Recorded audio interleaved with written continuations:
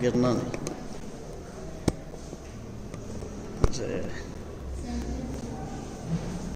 ये ठीक है ना, अब उधर घुमाएंगे पता चलेगा तुम लोग गिर जाएगा।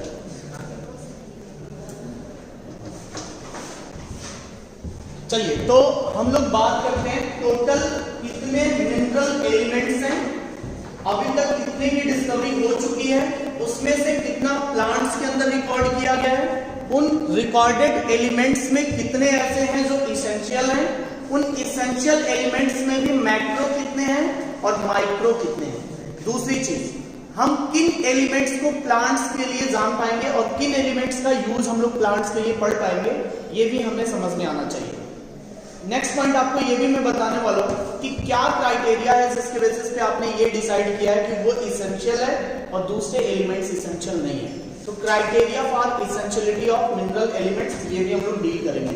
तो एक एक चीजें ध्यान से सुनिएगा, बड़ा थोड़ा सा ये रटने वाली पॉइंट्स होते हैं तो बार बार आपको भूलेगा, लेकिन कुछ इसमें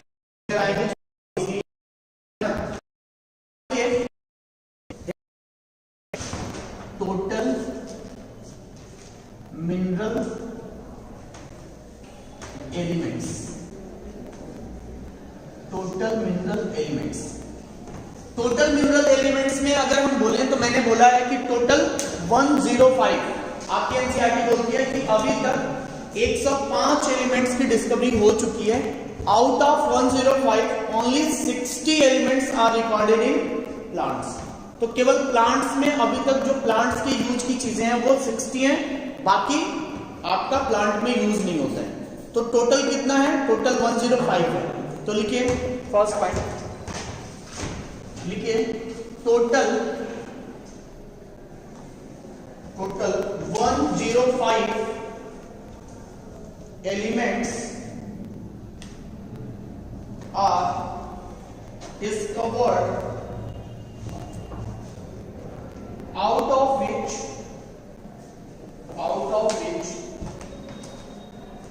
60 elements, out of which 60 elements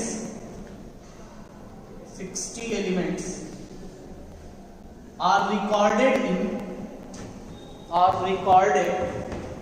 in plants, next point here, we can detect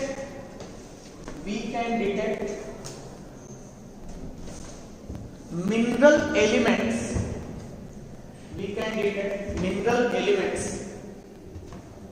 at very low level of concentration, very low level of concentration.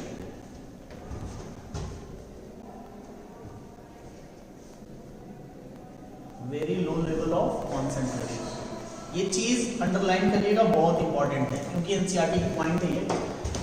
क्या एनसीईआरटी ने बोल रहा है, एनसीईआरटी ये बोल रहा है कि अगर हम मिनरल्स की बात करें तो उसकी इसेंशियलिटी आपको इतना समझ में आना चाहिए कि अगर वो 10 to the power -8, मतलब आप सोच सकते हैं कि कितना कम है, फिर भी उतना ही अगर प्रेजेंट है प्लांट्स में तो वो उसके लिए इसेंशियल है। अगर उतना नहीं मिलेगा तो उसके कारण प्लांट्स में कुछ ना कुछ सिम्टम्स पर ml, आप सोचिए, मतलब 1 ml में अगर उसका रिक्वायरमेंट 0.00008 इतना भी है ना, तभी वो रिक्वायर्ड है और उतना प्लांट्स को देना पड़ेगा।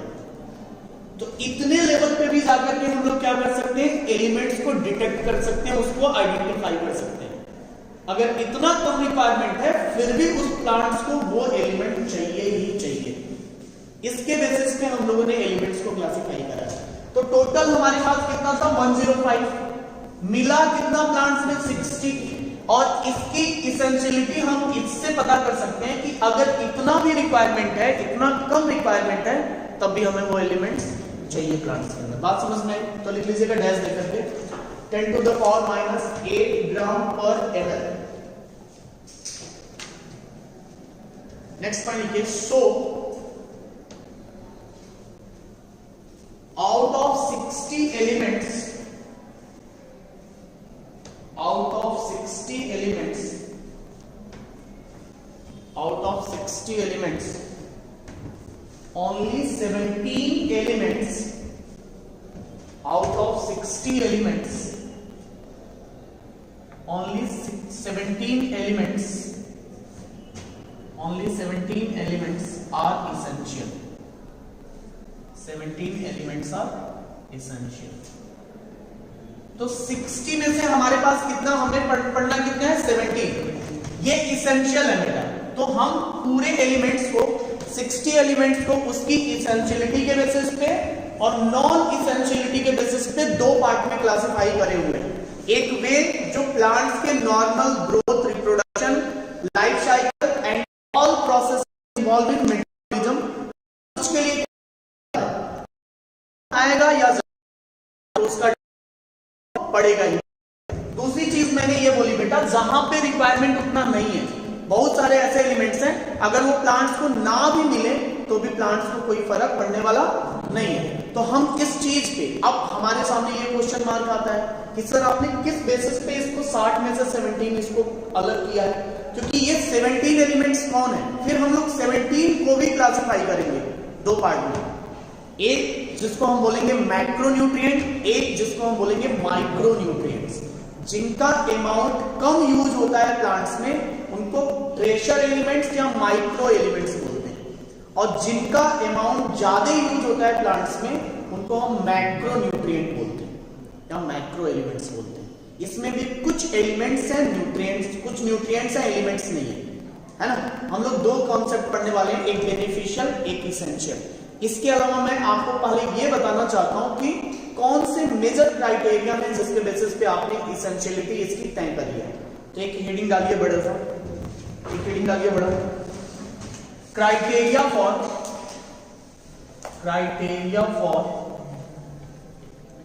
इसेंशियलिटी ऑफ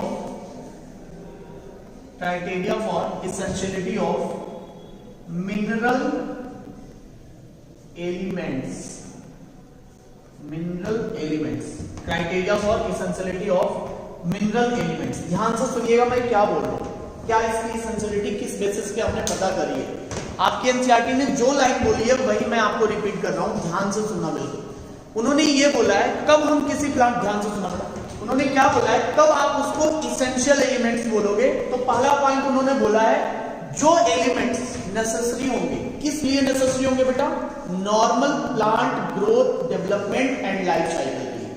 मतलब उनके बिना ना तो उनकी लाइफ साइकिल कंप्लीट हो सकती है प्लांट्स की, ना प्रॉपर ग्रोथ हो सकता है, ना प्रॉपर रिप्रोडक्शन हो सकता है। तो अगर किसी एलिमेंट्स की कमी के कारण उसका ग्रोथ डिफेक्ट होता है, उसका रिप्रोडक्शन डिफेक्ट होता है या लाइफ साइकिल डिफेक्ट होती है, उस इसेंशियल एलिमेंट्स बोलूंगा। बात समझ में, चीज आपको समझ में आया क्राइटेरिया क्या है, मतलब वो नेसेसरी है प्लांट्स के लिए, किस लिए, ग्रोथ, डेवलपमेंट और लाइफ साइकिल के लिए, बोलो हाँ ना।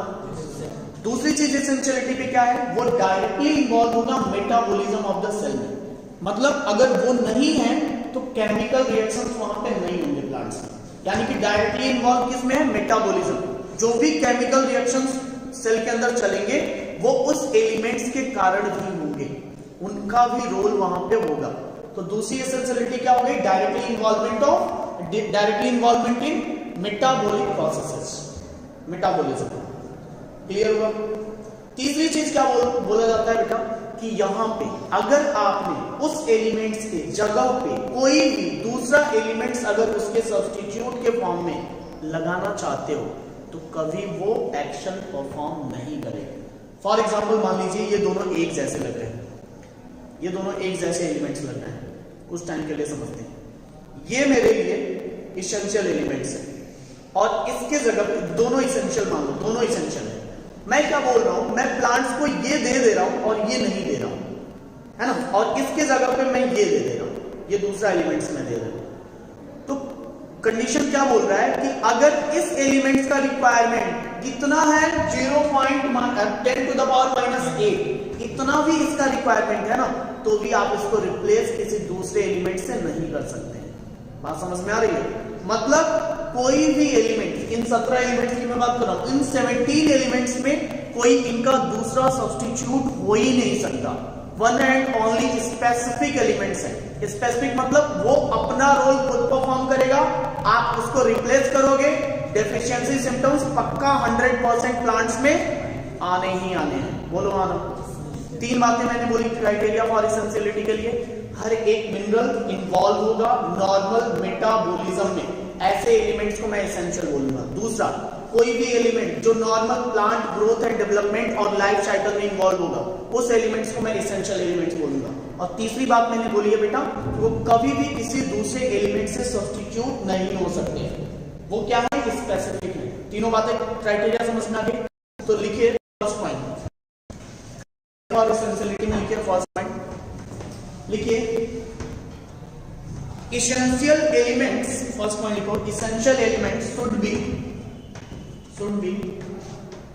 directly involved in metabolism of the cell.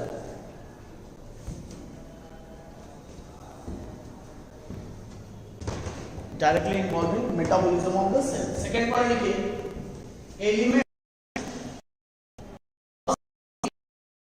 must be necessary for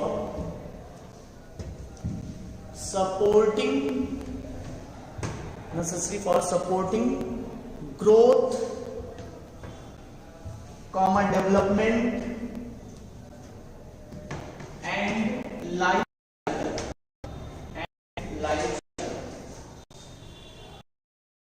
elements.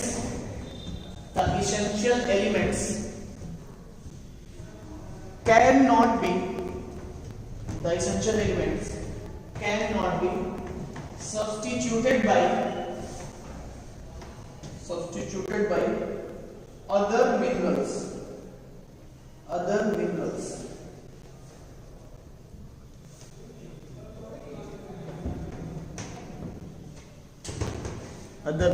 बात समझ में आ रही? तो ये चीजें आपको क्राइटेरिया में समझ में आया। वो डायरेक्टली इन्वॉल्व होगा normal plant growth and development में। स्पेशल ग्रोथ में नहीं बोलूंगा, नॉर्मल प्लांट ग्रोथ डेवलपमेंट में जो इन्वॉल्व होगा मैं उसको बोलूंगा एसेंशियल। ठीक। दूसरी बात मैंने बोली है बेटा कि कोई भी एलिमेंट्स जो जिसका कोई दूसरा सब्स्टिट्यूट नहीं हो सकता है, उस एलिमेंट्स को मैं बोलूंगा क्या? एसेंशियल। और तीसरी बात मैंने क्या बोली है कि वो डायरेक्टली इन्वॉल्व होगा मेटाबॉलिज्म में, केमिकल रिएक्शंस में, उस एलिमेंट्स को मैं क्या बोलूंगा? बात समझ में आ गई? तो अब हमें इन दोनों को क्लासिफाई करना है। जो मेरे पास 17 आएंगे, उन 17 में भी 2 बाइफर्केशन आपको करना है।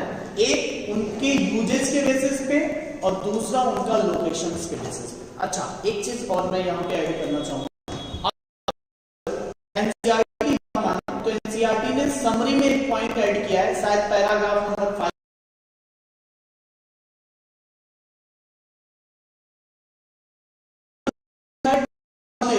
आप पढ़े तो आपको टोटल उन्होंने कितना लिखा है? 21 एलिमेंट्स। मैं यहाँ पे लिखा हूँ 17 एलिमेंट्स। अब 4 एलिमेंट्स कहां से एक्स्ट्रा हो गए वो भी मैं आपको समझा देता हूँ। एक्चुअल में 2 टाइप के एलिमेंट्स होते हैं बेटा, एक हो गए इसेंशियल एलिमेंट्स और दूसरे होते हैं बेनिफिशियल एलिमेंट्स।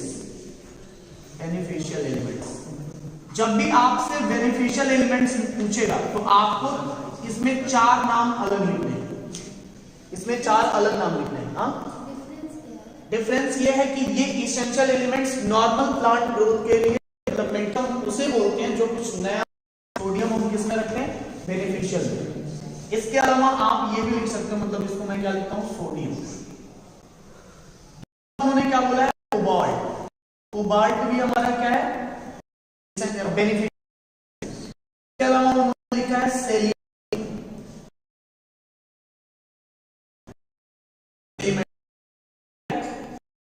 सिलिकॉन, तो सिलिकॉन भी हमारा, ये आपको याद रखना पड़ेगा। ये क्या करना पड़ेगा? याद रखना पड़ेगा। मतलब ऐसे याद कर सकते हो S3C। S3 में सोडियम, सेलेनियम, सिलिकॉन और C से कोबाल्ट। तो 4 ऐड करोगे 17 में तो टोटल कितना हो जाएगा? 21। लेकिन आप लिखेंगे बेनिफिशियल एंड एसेंशियल एलिमेंट्स, जब दोनों को ऐड में करता हूं तो 21। आपसे अगर कभी भी इसेंशियल एलिमेंट्स पूछेगा तो आपकी एनसीईआरटी इसके बारे में बात करती है। ठीक है, यहां तक बात समझ में आ गई सबको। अब हम बात करते हैं क्लासिफिकेशन ऑफ मिनरल एलिमेंट्स। और उसमें भी किसकी, इसेंशियल। तो एक हेडिंग डालिए फटाफट, classification of essential mineral elements, classification of essential mineral elements,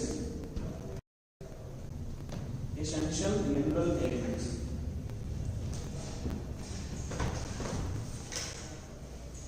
ठीक है, तो अब इसेंशियल मिनरल एलिमेंट्स में हम लोग बात कर लेते हैं कैसे क्या होगा। ठीक है, ध्यान से सुनो।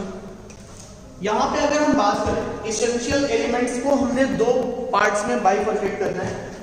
Elements classification on the basis of amount, classification on the basis of amount. आपने अमाउंट मतलब कितना यूज हो रहा है उसके बेसिस अगर इसेंशियल एलिमेंट्स को क्लासिफाई हम करते हैं बेटा, तो दो पार्ट में हम मिलेगा। एक जो मिलता है उसको हम बोलते हैं मैक्रोन्यूट्रिएंट, मैक्रोन्यूट्रिएंट या मैक्रो एलिमेंट्स। दूसरे होते हैं जिसको हम बोलते हैं माइक्रोन्यूट्रिएंट्स। ठीक है, ये चीज हमें समझ में आ रही है। हमने आपको स्टार्टिंग में ऑर्गेनिक इनऑर्गेनिक बताई दी है। यहां पे आपको ये समझना है कि हमने किसका क्लासिफिकेशन किया है बेटा, इसेंशियल एलिमेंट्स का। किसका क्लासिफिकेशन किया है, इसेंशियल एलिमेंट्स का। किस बेसिस पे किया है, तो उसके नंबर्स के बेसिस पे, कितना यूज हो रहा है उसके बेसिस पे हमने दो क्राइटेरिया सेट करा है।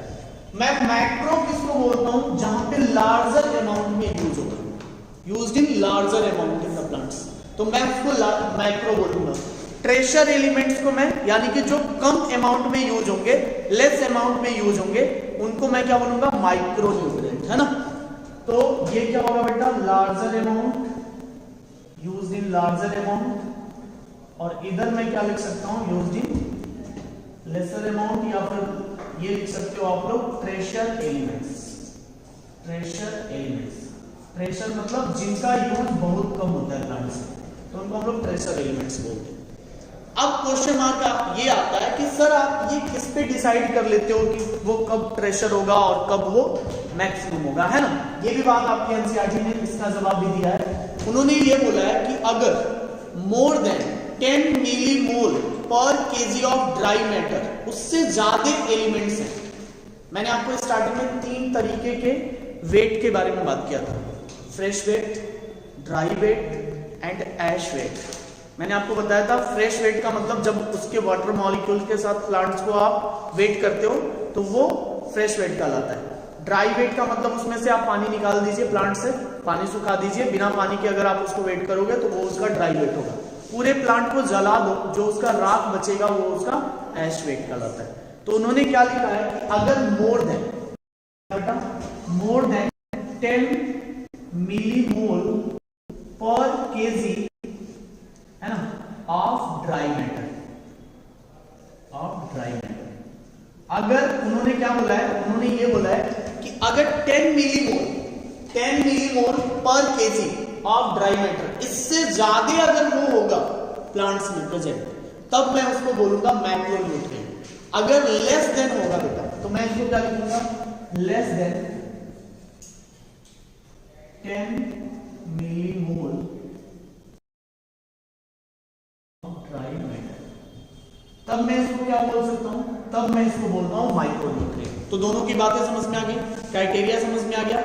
ये मैंने बोला है, ये मैंने बोला बेटा कि जो माइक्रोन्यूट्रिएंट होंगे उनकी एसेंशियलिटी कितनी है, लेस देन, कितना लेस देन भाई, 10 मिलीमोल पर केजी। 1 केजी में 10 मिलीमोल से भी कम चाहिए, तब उसको मैं क्या बोलता हूं, ट्रेशर। बहुत कम रिक्वायरमेंट है इनका, और इनका रिक्वायरमेंट तो ज्यादा है। तो ये चीज हमें सेट करती है क्या, मैक्रो कौन है और माइक्रो कौन है, मैक्रो कौन है और माइक्रो कौन है। बात समझ में आ गई इतनी। अब टोटल नंबर ऑफ मैक्रोन्यूट्रिएंट की अगर हम बात करें तो इसका टोटल नंबर कितना है, 9। Total number of macronutrient is equal to 9, और इसका कितना है, total number of macronutrient is equal to 8, है ना, 7 टोटल। मार्क ये आता है कि हम इसको याद कैसे करेंगे, क्योंकि ये तो कार्बन हाइड्रोजन नाइट्रोजन वाला कॉन्सेप्ट है। तो हम इन इसेंशियल एलिमेंट्स को जो बाइफरकेट आपने करा है इसको याद कैसे रखोगे, है ना। ध्यान से सुनना, इसको याद कैसे रखोगे।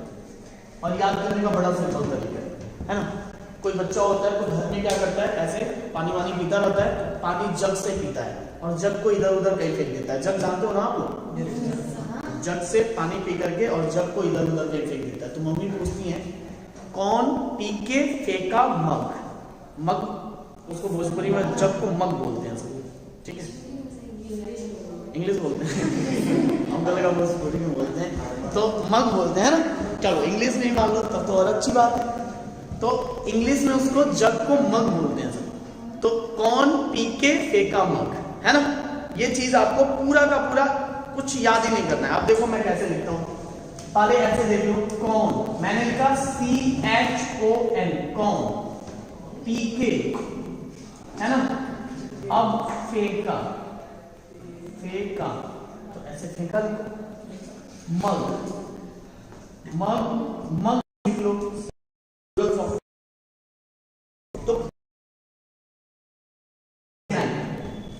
9 याद होगा, इजी है, कुछ है ही नहीं इसमें। बच्चा वाला कॉन्सेप्ट है, कार्बन, हाइड्रोजन, ऑक्सीजन लिख ही लेंगे आप लोग सारी चीजें, नाइट्रोजन, ठीक। जिसको नहीं समझ में आएगा बोल देगा, phosphorus, potassium, calcium, magnesium and sulphur. तो ये हो गए आपके क्या, ये हो गया आपके मैक्रोन्यूट्रिएंट। कौन पी के फेंका मग, मग्स।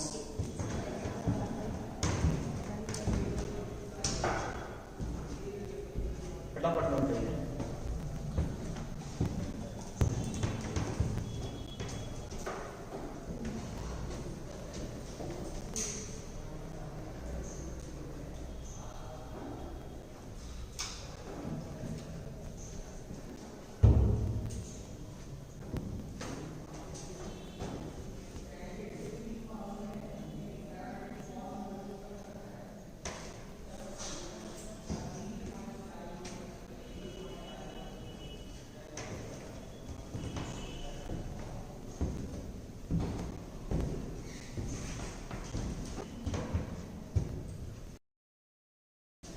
इसका मोमन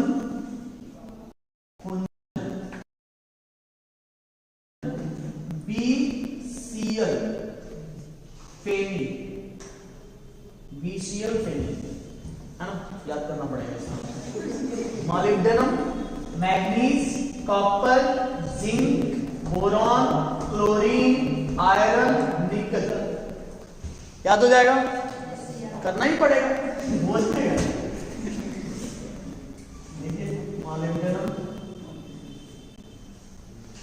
लिख लेना इसका सारा नाम, लिखोगे ना।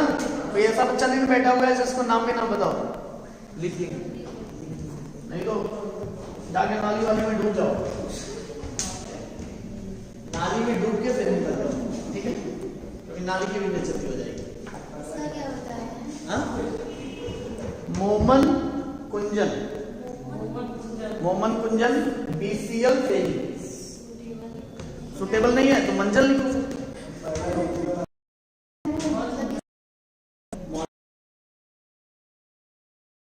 इसका मॉलिब्डेनम पढ़े नहीं हो क्या है, पीरियोडिक टेबल नहीं पढ़े। MOLYBEDMNUM molybdenum. अरे सर सब उसमें लिखा हुआ है आपके NCERT के बुक, आप समझ में आ रही है।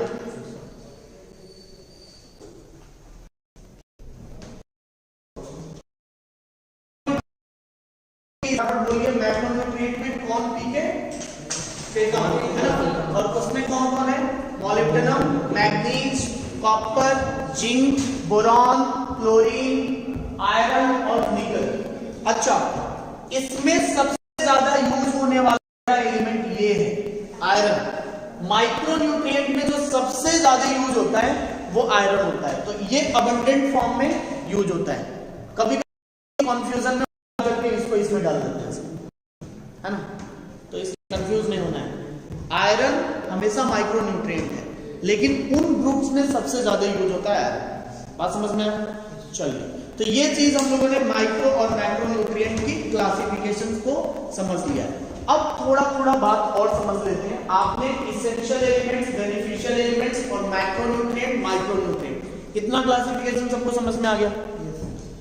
अब यहाँ पे ये समझना है कि जितने भी एलिमेंट का रोल है, क्या डेफिशिएंसी सिम्टम्स हैं, क्रिटिकल कंसंट्रेशन क्या होता है, डेफिशिएंसी सिम्टम्स क्या होती है, और इनसे जितने भी टाइप्स होंगे वो क्या क्या। अच्छा, फर्टिलाइजर एलिमेंट्स एक बार क्वेश्चन पूछा हुआ था एम्स में कि फर्टिलाइजर एलिमेंट्स कौन है, उसमें भी ऑप्शन दिया हुआ था। आप बता सकते हो हमें फर्टिलाइजर एलिमेंट्स में कौन कौन हो सकता है? ऑप्शन दीजिए। नाइट्रोजन एक होगा, ऑप्शन है magnesium, nitrogen, calcium, boron, chlorine. Nitrogen सही बात है। अरे खेत में है ना, खाद के फॉर्म में उसको हम लोग डालते हैं, फर्टिलाइजर के फॉर्म में 3 चीजें यूज होती हैं, आपने सुना होगा, पोटेशियम, सल्फर और फास्फोरस। नहीं, नाइट्रोजन, फास्फोरस और फर्टिलाइजर एलिमेंट्स। नेक्स्ट पॉइंट लिखेगा fertiliser elements. Fertiliser elements, fertiliser elements में डैश दे लिख लो NPK। NPK, NPK मतलब नाइट्रोजन, फास्फोरस और है ना। NPK, कुछ लोग इसको पीके मूवी से याद करेंगे, कुछ लोग इसको पीके टून वाले से याद करेंगे, तो कुछ वो है। NPK मतलब नहीं पियो, और कुछ उसी को बोलेंगे जरूर पियो। तो दोनों चीजें अपनी अपनी याद करने के तरीके हैं। अब यहाँ पे आप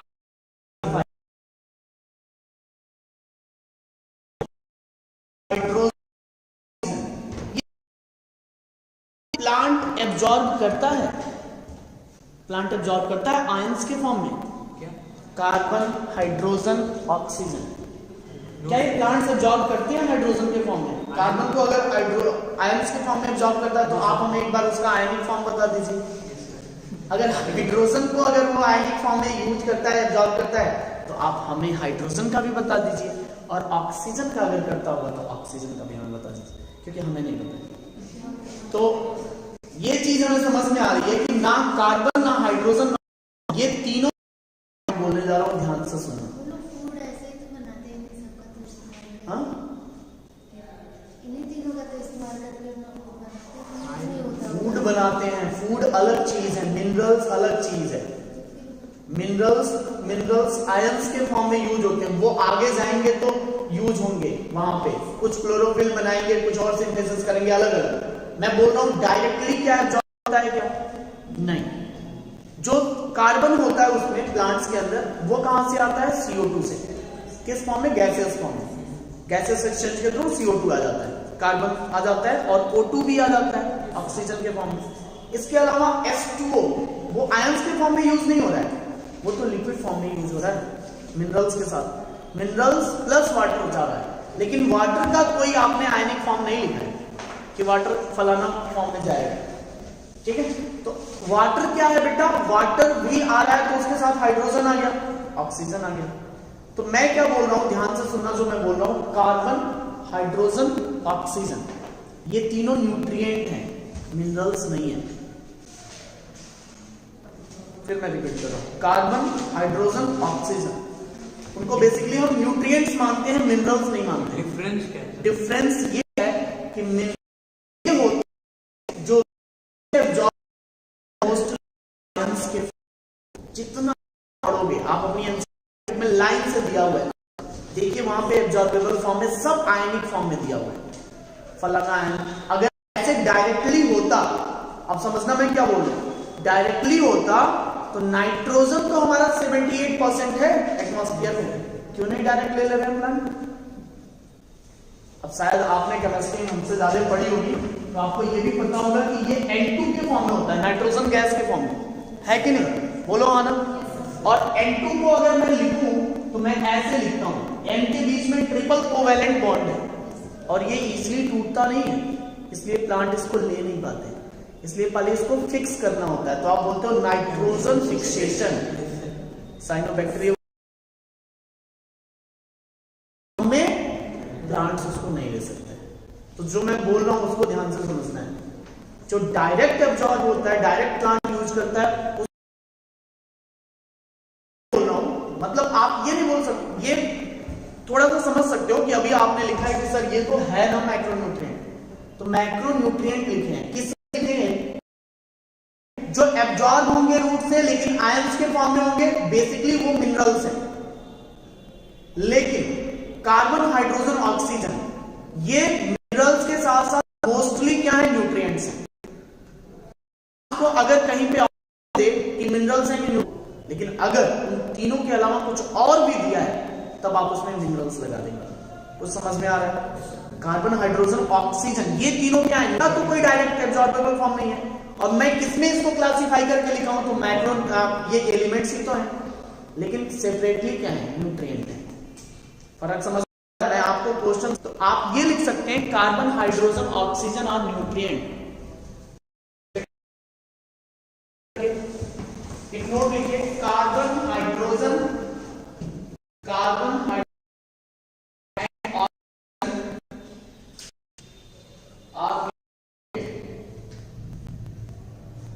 और न्यूट्रिएंट। ब्रैकेट में लिखना not minerals, not minerals.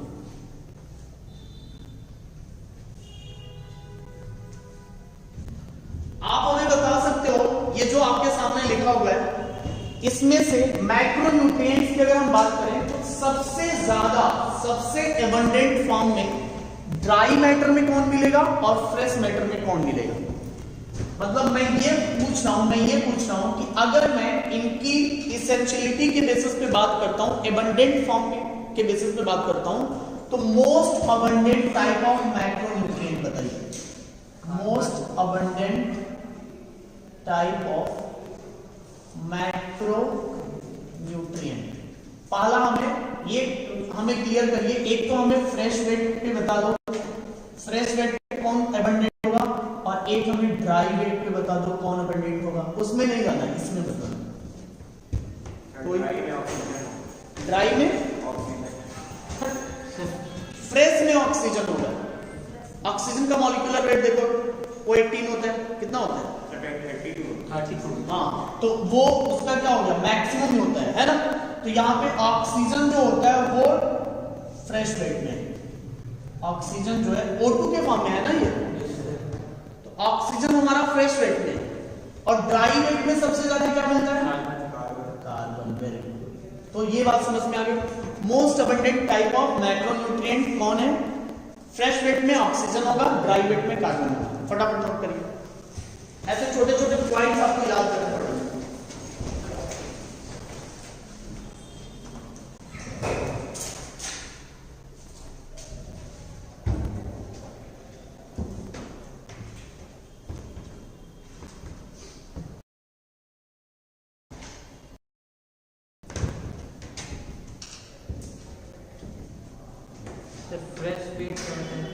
Fresh wait में वाटर के साथ हम उसको वेट करेंगे, ठीक है? और जब वाटर को निकाल दिया जाता है तो ड्राई वेट होता है।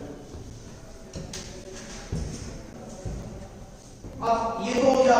एक क्वेश्चन और बताओ, most abundant type of minerals बता दो। ये तो हो गया न्यूट्रिएंट, मैक्रोन्यूट्रिएंट, माइक्रोन्यूट्रिएंट। अब हम क्या जानना चाह रहे हैं आपसे? Most abundant type of minerals कौन है प्लांट्स में? सोडियम सबसे ज्यादा पाया जाता है। बोलो बोलो बोलो, तेज से बोला करो थोड़ा सा। मैग्नीशियम नहीं, आयरन नहीं, नाइट्रोजन। नाइट्रोजन सबसे ज्यादा पाया जाता है प्लांट्स में, most abundant type of minerals. इसीलिए तो प्लांट, इस चैप्टर ने आपको लास्ट में पूरा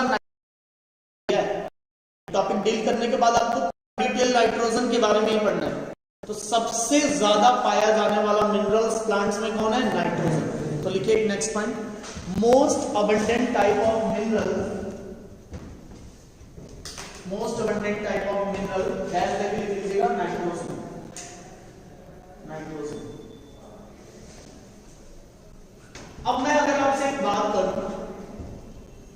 कि कि मोस्ट अबंडेंट टाइप 4, हमें 4 ऐसे बताओ जो सबसे ज्यादा प्लांट्स में मिलते हैं। मोस्ट अबंडेंट टाइप 4,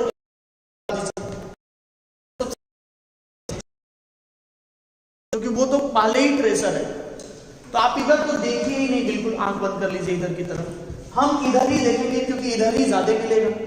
तो मैं जब भी ज्यादा की बात करूंगा तो मैं कम की तरफ देखूंगा नहीं। आंख उधर बंद कर लो बेटा, इधर देखो। बात समझ में आ रही है? तो आप हमें बताइए 4 ऐसे एलिमेंट जो सबसे ज्यादा मिलते हैं प्लांट्स में। 4 बताइए बस। हाँ, पोटेशियम, मैग्नीशियम। तो पोटेशियम मैग्नीशियम सबसे ज्यादा मिलता है। कार्बन, लाइन से लिखा हुआ है। तो मेजर 4 अगर आपसे पूछेगा तो ये नाम लिखेंगे, मेजर 4 पूछेगा तो वो नाम लिखोगे, और मेजर 6 पूछ दिया तो कौन सा नाम लिखेंगे? Phosphorus, sulphur. ठीक है, तो मेजर 6 अगर पूछता है तो आप क्या लिखेंगे? कार्बन होगा सर, हाइड्रोजन होगा, ऑक्सीजन होगा, नाइट्रोजन होगा, फास्फोरस, सल्फर। ये प्लांट्स की बात कर रहे हैं। ठीक है, तो मेजर 6 ऐसे क्वेश्चन आता है, major 4 major 6, major 4 major 6, major 4 में ये, मेजर 6 में ये, मतलब 4 सबसे ज्यादा पाए जाने वाले मिनरल्स कौन? ठीक, 6 सबसे ज्यादा पाए जाने वाले मिनरल्स कौन? पीएस। बात समझ में आए? Carbon, hydrogen, oxygen, nitrogen, phosphorus, sulphur. फटाफट बोलो, carbon, hydrogen, nitrogen, phosphorus, sulphur. चलो, तो ये समझ में आ गया। पढ़ा गया था, इसमें पढ़ा गया था। बहुत कंफ्यूजन, तो ये कंफ्यूजन बड़ा होगा, इसलिए ध्यान से पढ़िएगा इस चैप्टर। मैं बता रहा हूँ कंफ्यूजन बड़ा है इस चैप्टर। फटाफट तो मेजर 4 एलिमेंट्स इन प्लांट्स, दोनों को आपने बाइफरकेट कर दिया।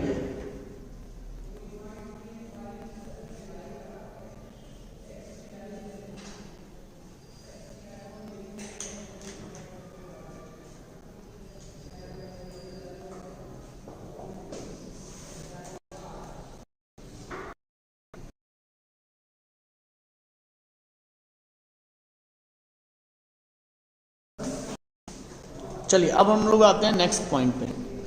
नेक्स्ट पॉइंट पे आ जाइए। नेक्स्ट पॉइंट पे हम लोग क्या बोल रहे हैं? हमने मिनरल्स पढ़ लिया, टाइप्स ऑफ मिनरल्स पढ़ लिए, मैक्रोन्यूट्रिएंट पढ़ लिया, माइक्रोन्यूट्रिएंट पढ़ लिया, एबंडेंट फॉर्म ऑफ मिनरल्स पढ़ लिया। इनका रोल क्या है, क्या काम करते हैं प्लांट्स में? अलग अलग रोल परफॉर्म करेंगे ये। कोई एक्टिवेटर होगा, कोई इनहिबिटर होगा, कोई हार्मोन बनाएगा, कोई हार्मोन्स को एक्टिवेट करेगा, कोई स्ट्रक्चरल फॉर्मेशन करता है, कोई प्रोटीन बनाने में हेल्प करता है। तो अलग अलग फॉर्मेट, अलग अलग फॉर्म ये क्या करेंगे? परफॉर्म करेंगे प्लांट्स में। तो इनके रोल्स क्या हैं, इनका कार्य क्या है, इनका काम क्या है? लिखिए, role of minerals, role of minerals in plants, role of minerals in plants, role of minerals.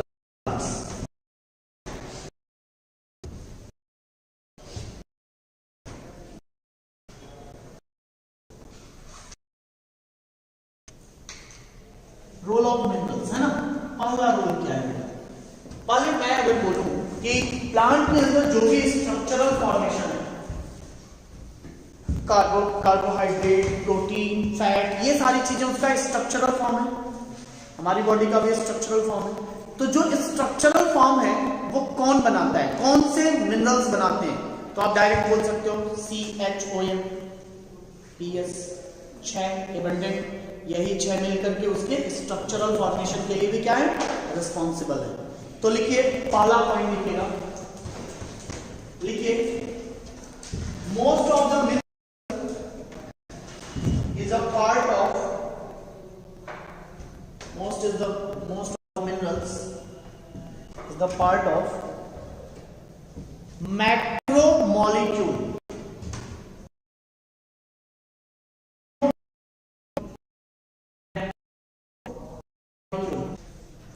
comma protein and fat।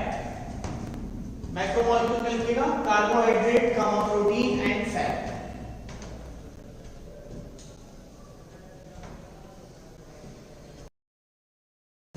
कौन? PS। कौन? PS। सामने डायरेक्ट क्वेश्चन आएगा, स्ट्रक्चरल मैक्रोमोलिक्यूल जो बनाते हैं या फिर मोल्स वेरिएबल।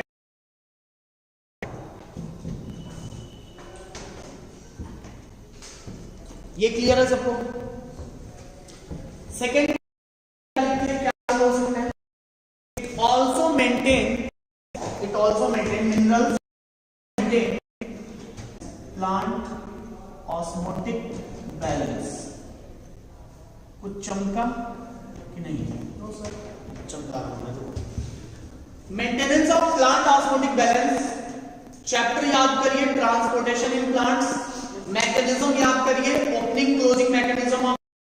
साइंटिस्ट का नाम लेविट। पोटेंशियल लीजिए, इनफ्लक्स आउटफ्लक्स याद कर लीजिए।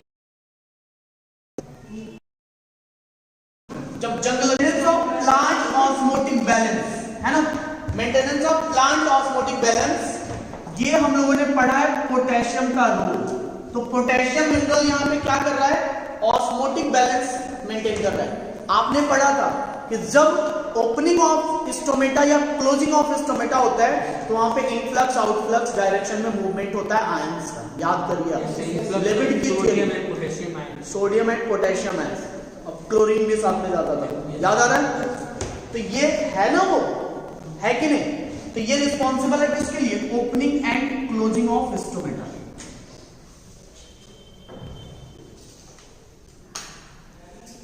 तो आपकी एनसीईआरटी इस पॉइंट को लिखी हुई है। मिनरल्स का क्या यूज हो गया? कंपोनेंट को रिलीज करते हैं या बनाते हैं। सेंट्रल मॉलिक्यूल कौन सा? Central molecule magnesium.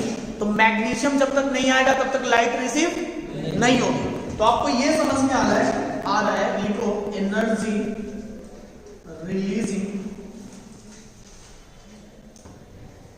Minerals. Energy को रिलीज करने वाले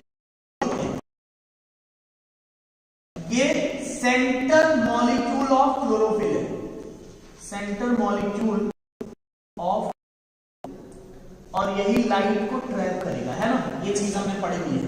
दूसरी चीज आपने फास्फोरस का भी रोल पढ़ लो, एटीपी में है, एडीपी में है। तो ये एडिनो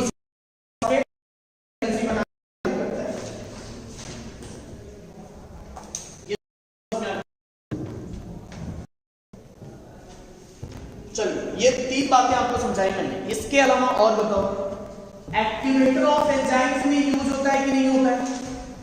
बहुत सारे मिनरल्स एक्टिवेटर ऑफ एंजाइम्स में यूज होते हैं। आपको मैं फिर से ले चलता हूं रेस्पिरेशन में। याद करिए, ग्लाइकोलिसिस पहला step, glucose converted into glucose 6 phosphate enzyme use हो रहा था, हेक्सोकाइनेज। वहां पे आपने लिखा magnesium as a cofactor use होता है, लिखा है एरो दे करके। Glucose converted into glucose 6 phosphate enzyme लिखा हेक्सोकाइनेज, और वहां पे एक एक्टिवेटर डाला है मैग्नीशियम। मैग्नीशियम डाला है कि नहीं डाला? मैग्नीशियम दूसरी वाली सर्कल में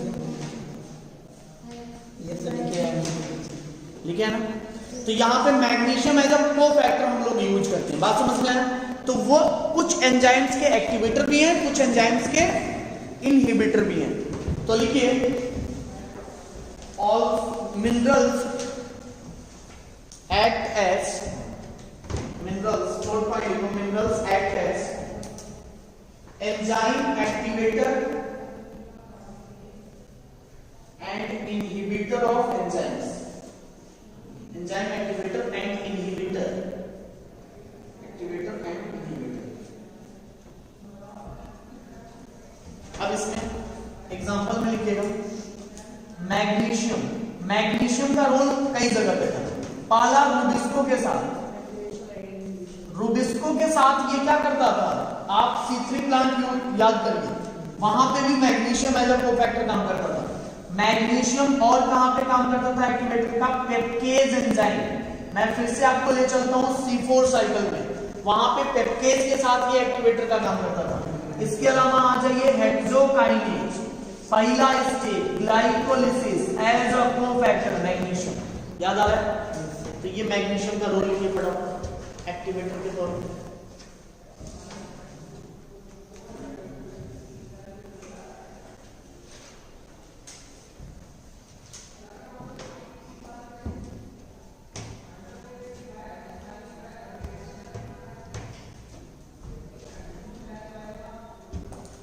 ये पहला एलिमेंट हो गया आपका मैग्नीशियम, ठीक है। इसके बाद दूसरा एलिमेंट इसमें लिखिए जिंक। दूसरा एलिमेंट एक्टिवेटर ऑफ एंजाइम्स में जिंक। जिंक भी अलग अलग टाइप के एंजाइम में एक्टिवेटर का काम करता है। लिखो डैश देखिए एक्टिवेटर ऑफ, जिंक के आगे डैश देके लिखिएगा activator of carboxy peptidase, activator of carboxy peptidase. तो कार्बोक्सी पेप्टाइडेज में ये एक्टिवेटर का काम करेगा। इसके अलावा डिहाइड्रोजिनेज एंजाइम्स जो होते हैं, हम लोगों ने पढ़ा था NADH2 वाला, वहां पे भी ZN एज यूज होता है एज अ प्रोटेक्टर। तो सेकंड पॉइंट लिखिए इसी ZN में लिखो ऑल्सो एक्टिवेटर एंजाइम ऑफ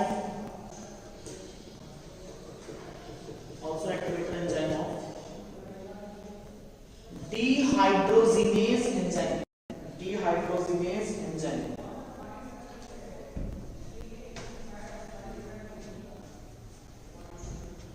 ये तो हो गया दूसरा। तीसरा एग्जांपल इसमें क्या आता है Fe। आयरन भी कई जगह पे आपने देखा होगा एज अ एक्टिवेटर या कोफैक्टर काम करता है। तो आयरन के बारे में डैश देख लीजिए activator enzyme of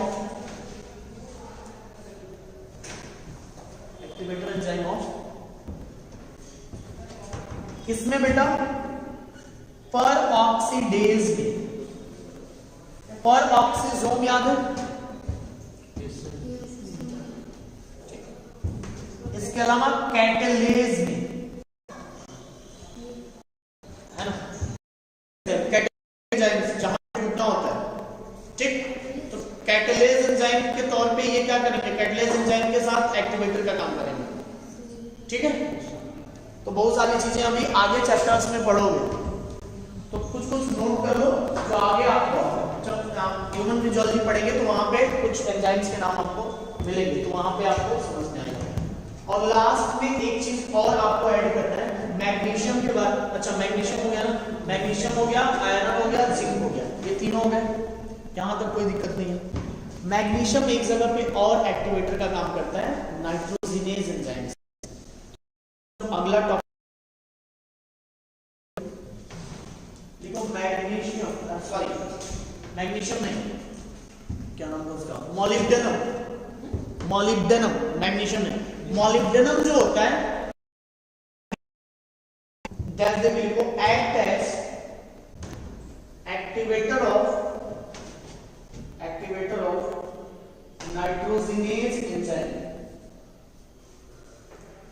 nitrogenase enzyme, ठीक है। तो ये आपका हो गया तीसरा, चौथा फंक्शन। चौथा फंक्शन क्या होता है बेटा, also maintain buffering action. Buffering action पढ़ा होगा आपने, बफर में क्या होता है, पीएच को मेंटेन कराना, पीएच, एसिडिटी, अल्कलिनिटी, बेसिक, ये सारी चीजें मेंटेन कराने में भी इनका रोल होता है। तो लिखिए एलिमेंट्स, पढ़ लिखो एलिमेंट्स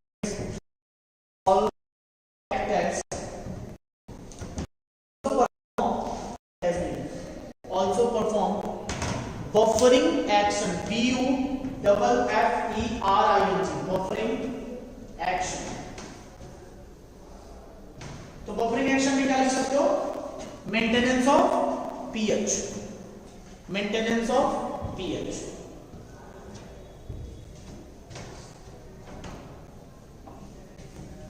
ठीक है। यहां तक किसी को कोई डाउट नहीं, ये बात आपको समझ में आ गई। अब एक कॉन्सेप्ट और हमें पढ़ना है, डेफिशिएंसी ऑफ मिनरल एलिमेंट्स। अगर मान लीजिए किसी एसेंशियल एलिमेंट्स की कमी होती है प्लांट्स में, तो उनके क्या फायदे हैं। आप एक, तो अब हमारे पास ऐसी टेक्निक है तो हम लोग पूरा डिटेल जान पाते हैं कि हर एक एलिमेंट का रोल क्या है प्लांट में। उसके बेसिस पे अलग अलग टाइप्स के डिजीज देखे गए प्लांट्स के अंदर और उनको नाम दिया गया डेफिशिएंसी सिम्टम्स। डेफिशिएंसी सिम्टम्स में एक टर्म आएगा क्रिटिकल कॉन्सेंट्रेशन, एक टर्म आएगा टॉक्सिसिटी और एक आएगा ऑप्टिमम वैल्यू। तीनों को मैं ग्राफ के फॉर्म में समझाऊंगा, बिल्कुल आपको क्लियर हो जाएगा, इसमें कुछ है नहीं, बिल्कुल बच्चा वाला कॉन्सेप्ट है। लिखो हेडिंग डालो, deficiency symptoms of deficiency symptoms of essential elements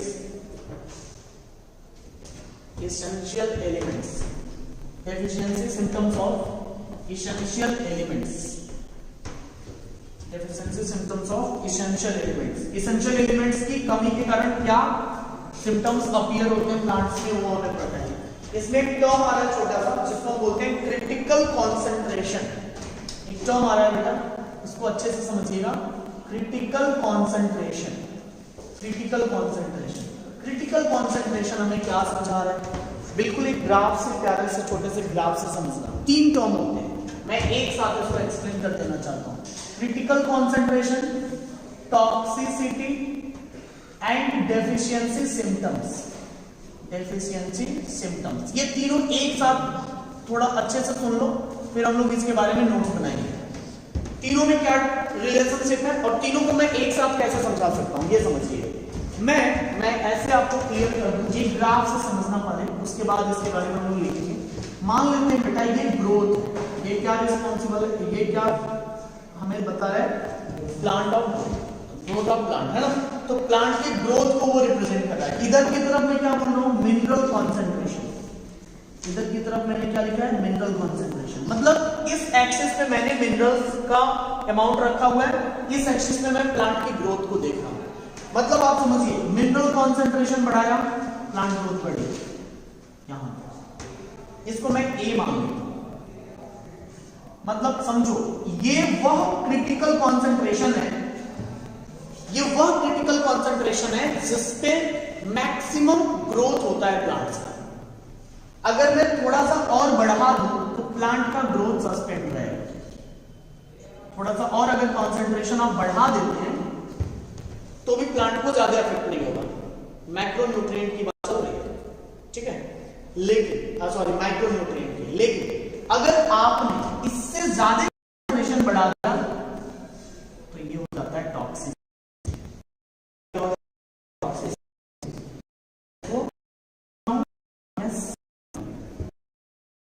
3 point मैंने दिए। इससे कम, इधर देखो बेटा, जब मैं इससे कम मिनरल देता हूं तो प्लांट के अंदर कुछ ना कुछ डेफिशिएंसी सिम्टम्स होता है, प्लांट की ग्रोथ आपको कम होते हुए दिखाई दे रही है। ये मैक्सिमम पॉइंट है। तो ये इसका ए वाला क्या रिप्रेजेंट कर रहा है, क्रिटिकल कॉन्सेंट्रेशन, वह वैल्यू, वह पॉइंट, वह जगह जहां पे मैक्सिमम देख। तो यह जो पॉइंट मैंने दिया, आप यहां पे समझने के लिए 5, 10, 15 कुछ भी लिख लो। मान लीजिए मैंने लिख दिया 10 ml कॉन्सेंट्रेशन में देता हूं तो मैक्सिमम ग्रोथ यहां पे प्लांट्स की होती है। उसके बाद मैं थोड़ा सा 10.5 भी बढ़ा देता हूं तो ग्रोथ उतना ही सस्पेंड होता है। लेकिन जैसे ही मैंने 11 ml कर दिया 10 से, प्लांट्स के अंदर टॉक्सिसिटी हो गई। टॉक्सिसिटी डेफिशिएंसी से अलग है। टॉक्सिसिटी क्या है, डेफिशिएंसी से अलग है।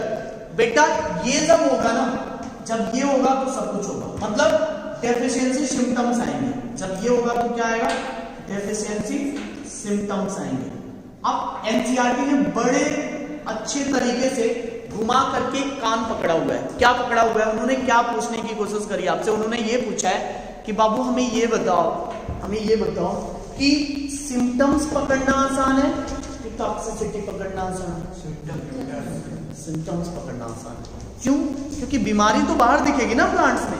मान लीजिए आपने मैग्नीशियम नहीं डाला, तो मैग्नीशियम नहीं डालेंगे तो लीफ का जो कलर होगा वो ग्रीन से येलो होने लगेगा।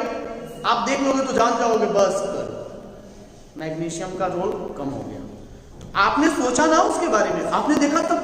अब मान लो टॉक्सिसिटी हो जाए, अंदर कोई ऐसा मिनरल्स आपने भेज दिया जो ज्यादा है, क्रिटिकल कॉन्सेंट्रेशन से बहुत ज्यादा हो गया। अब वो क्या करेगा, अपने तो बैठेगा स्टॉप होकर के 3-4 मिनरल्स को अफेक्ट कर देगा।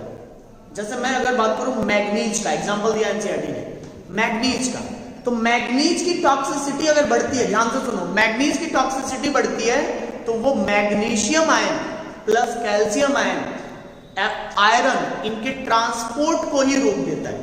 मतलब प्लांट्स में रूट से शूट की तरफ ना मैग्नीशियम जा पाएगा, ना कैल्शियम जा पाएगा, ना आयरन जा पाएगा। तो तो आपको क्या लगेगा, मैग्नीज की टॉक्सिसिटी है, लेकिन आपको सिम्टम्स में क्या नजर आ रहा है, येलोइंग ऑफ लीफ। आप दबा के मैग्नीशियम डाल रहे हो, फिर भी बीमारी सही नहीं हो रही है। क्यों? क्योंकि वो एक्चुअल में बीमारी नहीं है, वो तो मैग्नीज का कॉन्सेंट्रेशन बढ़ा दिया आपने। तो जो रूट है, जो उसका जड़ है बीमारी का, वो पकड़ में नहीं आ रहा है। एड्स जब होता है लोगों को, तो एड्स होता है तो वो 10-10 साल तक उनकी बॉडी में कुछ ऐसा होता ही नहीं कि जो जिससे जान पाएंगे एड्स हुआ है। और 10 साल बाद इतना भयंकर बीमारी होती है कि वो फिर बता देता है कि हम ही थे बाबा, अब चलो दुनिया से एंजॉय मारे थे, तो उनको लेके चली देता है ना। तो अब ये आपको समझना है कि अब एड्स हुआ, एड्स में क्या होता है, हल्का फुल्का स्टार्टिंग में बुखार आएगा तो लोग क्या करेंगे, निमोसिलाइड खा लेंगे, अरे छोड़ो जाने तो कौन टेस्ट कर रहा है।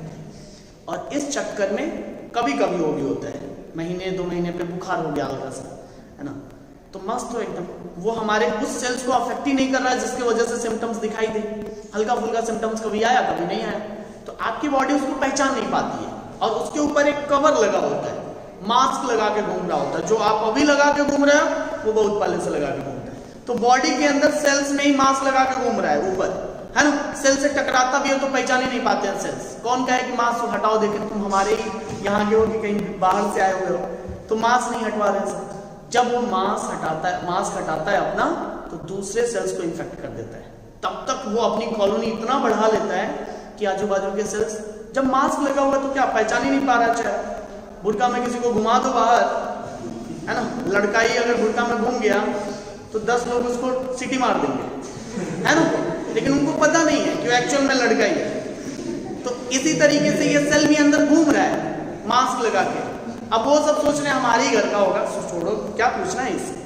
और उसके बाद 10 साल बाद जब अपनी कॉलोनी बढ़ा के जब धीरे धीरे उन लोगों को इन्फेक्ट करता है, वो तो सब बड़ा खतरनाक था यार, मास्क लगा के मास्क लगा दिया पूरा, है ना।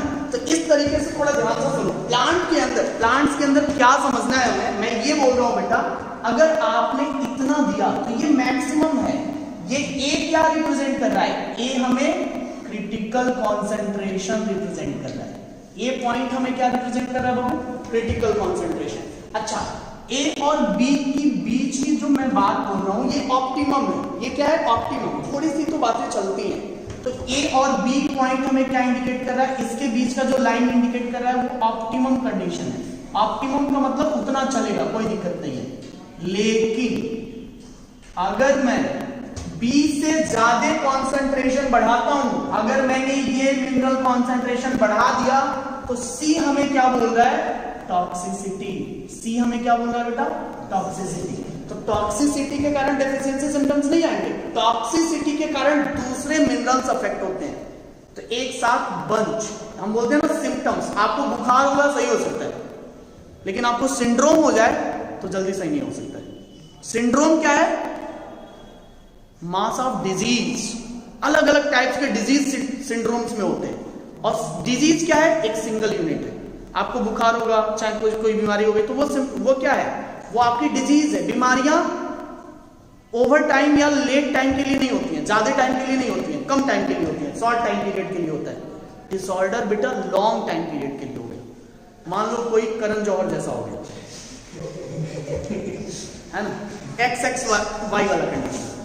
तो दिखने में क्या है, मेल, एक्टिंग कैसे कर रहा है, तो आप जान के कंफ्यूज रहोगे, हम उसको क्या बोलें क्या ना बोलें, है ना। कभी आपके मन में प्यार उमड़ा भी तो बाद में पता चला ये तो गलत ट्राई मैंने कर लिया था। तो वो चीजें क्या हो सकती हैं, वो आगे बर्बाद कर सकते। करण जौहर को देखो, वो मस्त रहता है बंदा, XXY फैक्टर, क्लाइनफेल्टर सही नहीं हो सकता है, ठीक है, क्योंकि वो इन्वॉल्व है। तो डिसऑर्डर्स क्या होते हैं, वो लाइफ टाइम के लिए हो सकते हैं, ठीक है। कोई मम्मी पापा ठीक है और लड़की पैदा हो गई है ब्लू ब्लू आंखों वाली एकदम, है ना, नागिन जैसी, तो रात को कोई देख ले तो ऐसे ही डर के मारे उसकी हालत खराब हो जाएगी। तो वो क्या है, इन्वॉल्व है ना। मम्मी की भी आंख नॉर्मल, पापा भी नॉर्मल, बेटी कहाँ से आ गई ऐसी नागिन, ठीक है, बड़ी प्रॉब्लम है। तो ये सब डिसऑर्डर्स, ये डिजीजेस नहीं है। आप ऐसा नहीं कि आंख में पतंजलि वाला ड्रॉप डालोगे बाबा रामदेव का, उनका तो खुद ही 3 आंख है, हाँ 2.5 आंख, डेढ़ खुलता है, आधा खुलता नहीं है। 3 आंखों में से डेढ़ ही खुल पाता है।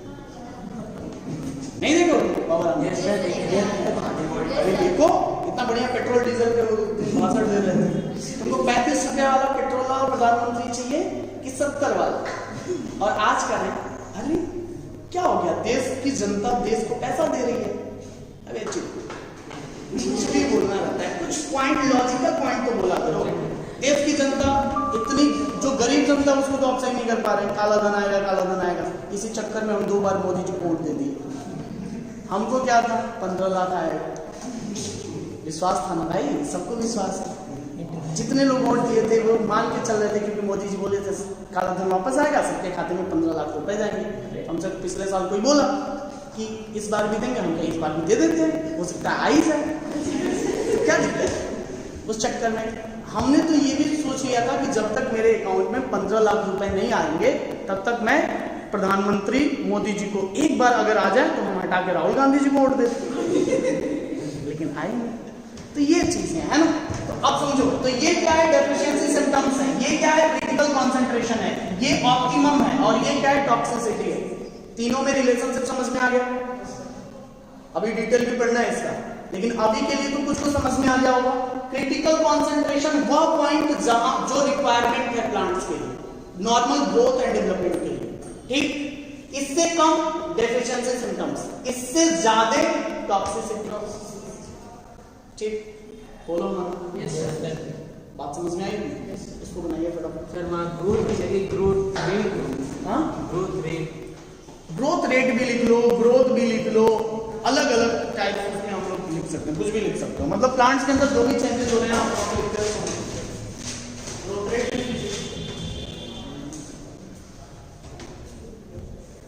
जल्दी लिखो।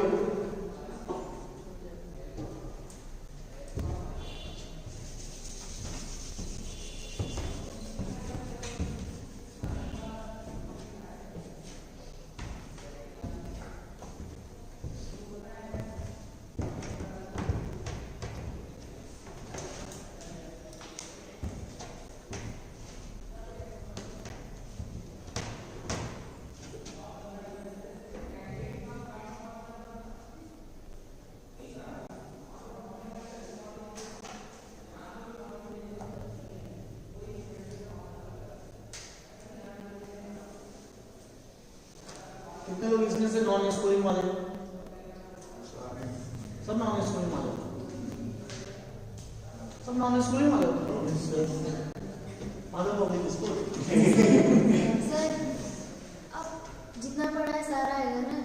हाँ, और ये जो चल रहा है चल रहा है। ये भी आएगा, अभी ये तो खत्म हो जाएगा, इसके अलावा तो खत्म हो जाएगा, इसके बाद भी आएगा। क्लास होगा जितना पढ़ाएंगे उतने में से आएगा। माधव वाले जी को फोन करेंगे, ठीक है? चलो, अरे डरना नहीं है एकदम, be confident, be confident. Sir math वालों को सब पढ़ा दिया गया, तो चैप्टर आएगा मैथ। हम लोग तुम बहुत स्ट्रांग हो, इसलिए चिंता नहीं करने का, है ना? तुम लोग आउट ऑफ सिलेबस क्वेश्चन है तभी कर ले जाओ, कोई दिक्कत नहीं। चेक होगा, चेक होगा, पिछली बार का चलेंगे। बाहर जो बैठे रहते ना उन्हीं को चेक करेंगे। कौन? अरे हम चेक करेंगे, हम चेक करेंगे। भाई हम पढ़ा दें तो चेक कौन करेगा? जितना आपने पढ़ा है, स्टार्टिंग के जितने चैप्टर्स मैंने पढ़ा दिए सब, और ये जो चल रहा है वो भी। तो आप ये याद रखिएगा, क्वेश्चन आपको आउट ऑफ सिलेबस नहीं मिलेगा, आउट ऑफ सिलेबस मिलेगा। क्वेश्चन मत करिएगा, कम नंबर मिलेगा। लिखो, जितना चैप्टर पढ़ाया उसमें क्वेश्चन आएगा। तुम बैक लिखो, क्रिटिकल कंसंट्रेशन। टाइमर बात करा दूं। हाँ, इंपॉर्टेंट क्वेश्चन सब है, कितना पढ़ा दिया सब में से कहीं ना कहीं। लिखो क्रिटिकल कंसंट्रेशन, लिखिए, हेडिंग डालिए क्रिटिकल कंसंट्रेशन। क्रिटिकल कंसंट्रेशन लिखिए, concentration of element, concentration of element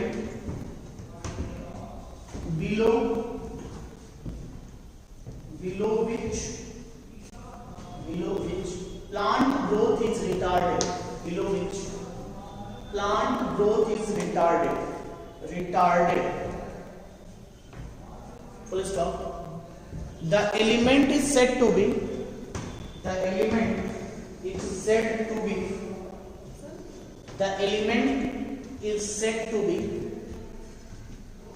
deficient.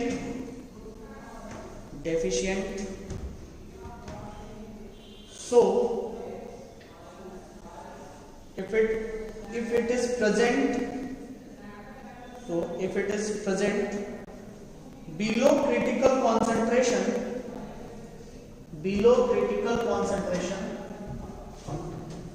it causes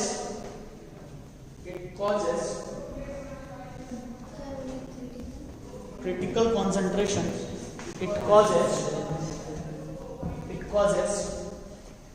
deficiency symptoms. Critical concentration से कम होगा, डेफिशिएंसी सिम्टम्स होंगे। यही चीज आपने लिखी है। अब हेडिंग डालिए डेफिशिएंसी सिम्टम्स। एक हेडिंग डालिए फटाफट, डेफिशिएंसी सिम्टम्स। हेडिंग डालिए डेफिशिएंसी सिम्टम्स। डेफिशिएंसी सिम्टम्स में पहले मॉर्फोलॉजिकल चेंज होने स्टार्ट होते हैं। तो डेफिशिएंसी सिम्टम्स में पहला पॉइंट लिखो,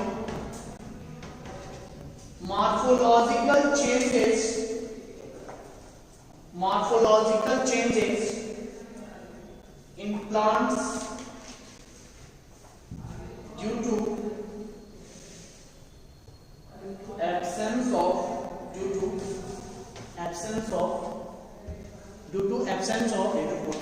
elements.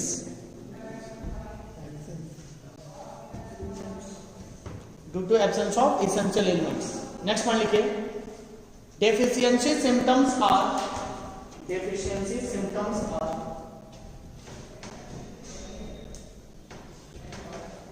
क्या क्या हो सकता है? पहला बेटा स्टंटेड प्लांट ग्रोथ। आपका प्लांट का ग्रोथ क्या हो जाएगा? रुक जाएगा या छोटा हो जाएगा। मैंने वही चीज पहले ही बोली, डेफिशिएंसी सिम्टम्स ये है। इसके अलावा क्या होगा? Premature fall of leaf. Second point लिखिए, premature fall of leaves and birds, BUDS and birds. ठीक है। तीसरा पॉइंट लिखिए, क्लोरोसिस। ये डिजीज क्या है? क्लोरोसिस मतलब लॉस ऑफ क्लोरोफिल, और इसके कारण क्या होगा? Yellowing of leaves. तो लिखिए इसके कारण डैश देके लिखो क्लोरोसिस में, loss of chlorophyll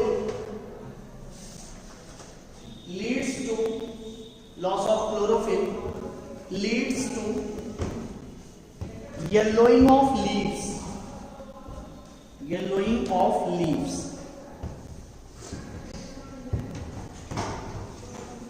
Full stop. It occurs due to deficiency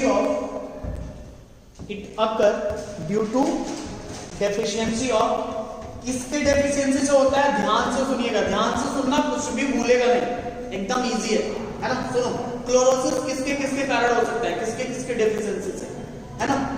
एक बार नरेंद्र मोदी जी के पीए ने उनको, है ना, ये समझाया कि आप इतना बड़ा फेंकते हैं, हाँ मतलब बोलते हैं इतनी बड़ी बातें, तो एक बार क्या करिए, मंजन जग में डालिए और फेंक दीजिए।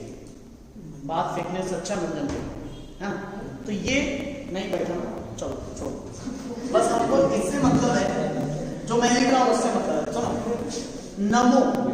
नमो कौन है भाई? नरेंद्र मोदी। फेक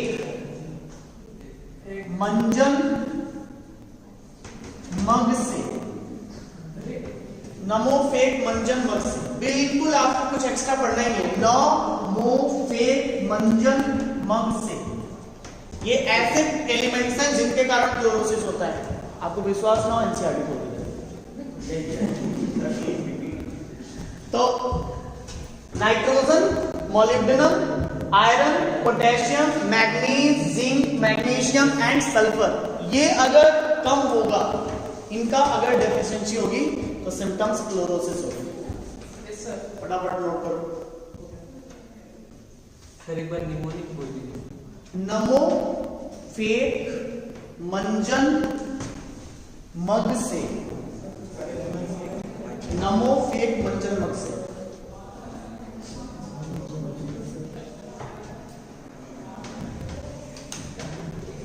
ये समझ में आ गया? कोई दिक्कत नहीं है किसी को? अब नेक्स्ट डिजीज क्या है बेटा? फोर्थ डिजीज है नेक्रोसिस। फोर्थ डिजीज है नेक्रोसिस। नेक्रोसिस क्या है? Death of tissue. लिखिए, death of tissue, death of tissue in a particular area, death of tissue in a particular area, full stop. It occur due to deficiency of, it occur due to deficiency of, किसके deficiency के कारण होता है? Dash देके लिखो। अब सुनो, एक कहानी सुनो, कहानी बड़ा इंटरेस्टिंग है। कहानी इंटरेस्टिंग क्यों है? क्योंकि अच्छा आजकल नामकरण बहुत अच्छा हो रहा है ना? नामकरण, नाम लोग बहुत प्यारा प्यारा दे रहे हैं। जैसे अभी विराट और अनुष्का की शादी हुई तो उनको क्या नाम दिया? विरुष्का। ऐसे वो एक जोकर है, क्या नाम है उनका? जोकर नहीं है, अरे हाँ रणवीर सिंह। रणवीर सिंह और किसका शादी हुआ है? करीना नहीं, दीपिका पादुकोण। उन दोनों की शादी तो क्या?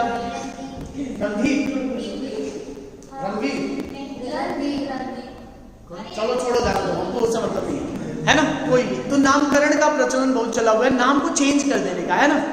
बड़े प्यारे। ऐसे आपने सुना होगा, चाचा को चाचू बुलाते हैं लोग, मामा को मामू बुलाते हैं, ऐसे बुलाते हैं ना?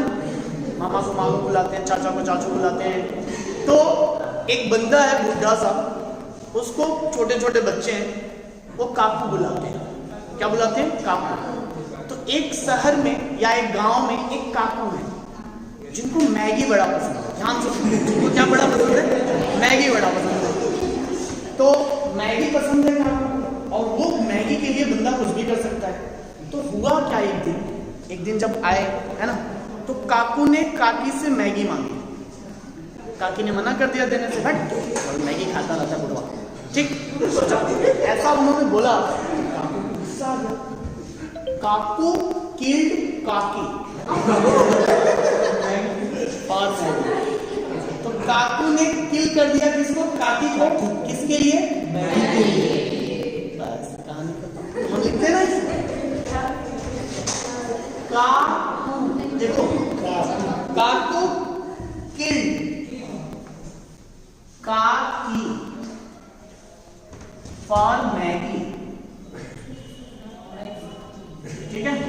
तो का से बेटा कैल्शियम, देख लो इधर, का से कैल्शियम, सीयू से कॉपर, किल्ड से डेथ ऑफ टिश्यू, है ना? डेथ ऑफ टिश्यू किसमें होता है? और के से बेटा पोटेशियम, फॉर से कुछ नहीं, मैगी से एमजी, मैगी से एमजी।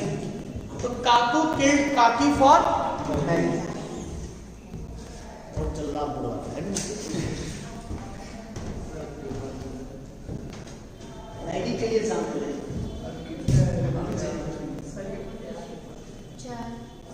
सर बीमारी कौन सी? नेक्रोसिस, ऊपर लिखा नहीं है नेक्रोसिस, बीमारी कौन सी थी? सारा रामायण का मतलब कुछ चीज का लिखा।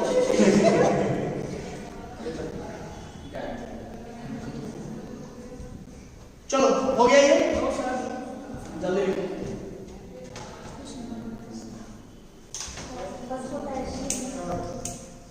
हाँ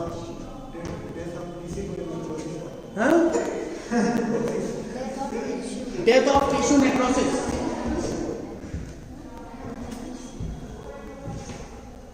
चलिए नेक्स्ट डिजीज क्या होगा बेटा? नेक्स्ट डिजीज है inhibition of cell division. Inhibition of cell division. Cell division को क्या करेगा? रोक देगा, होने ही नहीं देगा, प्लांट की ग्रोथ सस्पेंड हो जाएगी। ये क्यों होगा? आपने देखा होगा अभी 2017-2018 साधुओं के लिए बड़ा खतरनाक था। ये जितने रंगीले साधु थे सारे जेल में। आसाराम बापू, जेल में एंजॉय कर रहे हैं, बाबा राम रहे जेल में एंजॉय कर रहे हैं, और छोड़ो, है ना। तो वो एक होते हैं संत, एक होते हैं संत, और एक होते हैं लंट।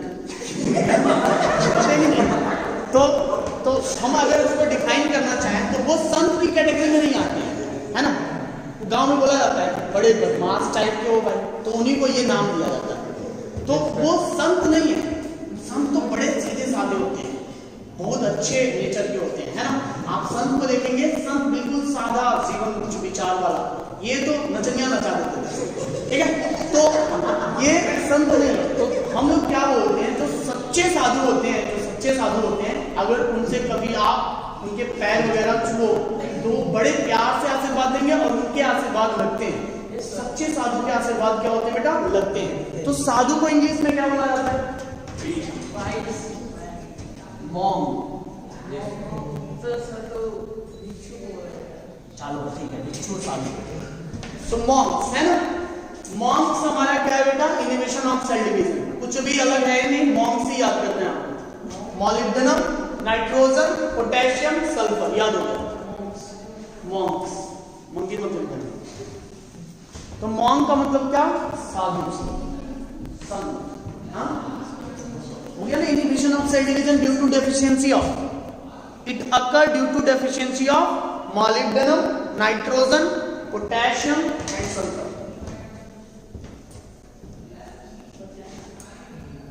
हाँ बेटा तो कर देंगे अभी मार के 7:30 की क्लास में बोले थे 7:30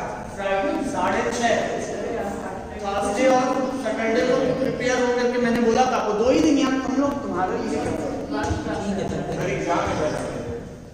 पढ़ के एक अभी जाओगे 1 घंटे में तो तुम पढ़ के इतना पढ़ लोगे कि शायद स्कूल वाले रिजल्ट देने घर पे चले आए। अरे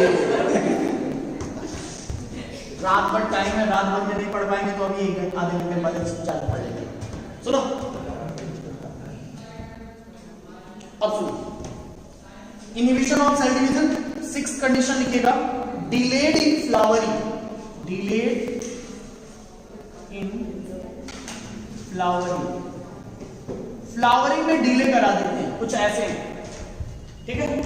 या फ्लावरिंग क्या होती है, वहां पे होने ही नहीं देते, तो ये भी आप लिख सकते हो। तो नेक्स्ट डिजीज लिखिए, delayed in flowering, delayed in flowering.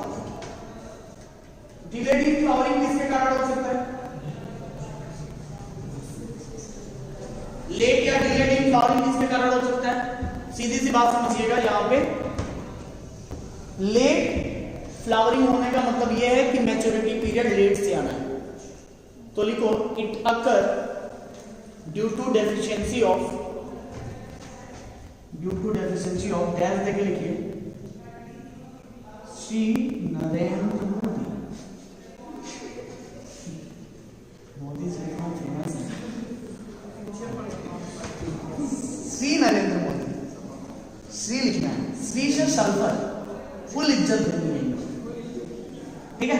Narendra Damodar Das Modi तो नाइट्रोजन, ठीक है। मोदी से मॉलिब्डेनम, मॉलिब्डेनम तो लिख लेना मॉलिब्डेनम। तो इसमें 3 हो गए जो डिलेड फ्लावरिंग कराते हैं। जैसे मोदी जी ने क्या किया था, मोदी जी ने ये किया है बेटा कि जितने भी ये क्या बोलते हैं जो आतंकवादी हैं वो अब बॉर्डर पे दिखाई नहीं देते, तो उनका फलना फूलना खत्म हो गया। तो मोदी जी ने फलना फूलना उनका खत्म कर दिया और ये इधर फूलना खत्म कर रहा है। ये भी तो फ्लावरिंग मतलब फूल। निमोनिक्स याद रहेगा, बाकी तो भूल ही जाएगा। हाँ तो ऐसे मैं लिख दूं तो उसके बाद सोचते रहिए ये इसमें भी है वो इसमें भी है। चैप्टर ही पूरा एकदम, इसीलिए मैं इसको लास्ट में पढ़ा ताकि दिमाग का, अगर ये चैप्टर आप पहले पढ़ लिए होते तो 2 चैप्टर तो आप इसी में उलझन में रह जाते, वो किस में पढ़ेगा। चलो ये आपको समझ में आ गया, यहां तक बात समझ में आ गई सबको। तो ये हो गए सारे के सारे सिम्टम्स। अब हेडिंग डालिए टॉक्सिसिटी, एक हेडिंग डालो छोटा सा टॉक्सिसिटी, फटाफट हेडिंग डालिए टॉक्सिसिटी। टॉक्सिसिटी अच्छा एक चीज और, टॉक्सिसिटी हम लोग पढ़ेंगे, टॉक्सिसिटी हेडिंग डाल के रखिए, एक पॉइंट सुनिए। इंपॉर्टेंट ये है कि यहां पे आपने ये देखा कि बहुत सारे ऐसे एलिमेंट्स हैं जो एक से ज्यादा डेफिशिएंसी सिम्टम्स में दिखाई दे रहे हैं। मतलब एनसीईआरटी ने क्या लिखा है, एक एलिमेंट अलग अलग सिम्टम्स में दिखाई दे सकता है या अलग अलग सिम्टम्स किसी एक एलिमेंट्स के कारण हो सकते हैं। बात समझ में आ रही है? तो उसी टॉक्सिसिटी के नीचे एक छोटा सा नोट लिखो, तो नोट लिखिए वन एलिमेंट, एक नोट लिखो, one element deficiency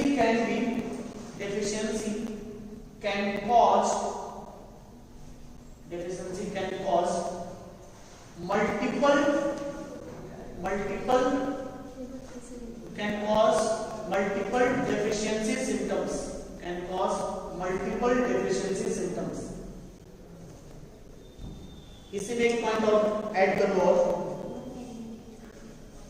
a particular, देखिए a particular deficiency symptoms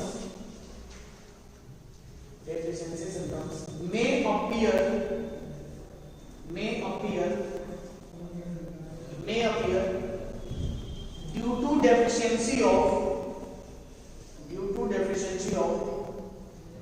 multiple elements.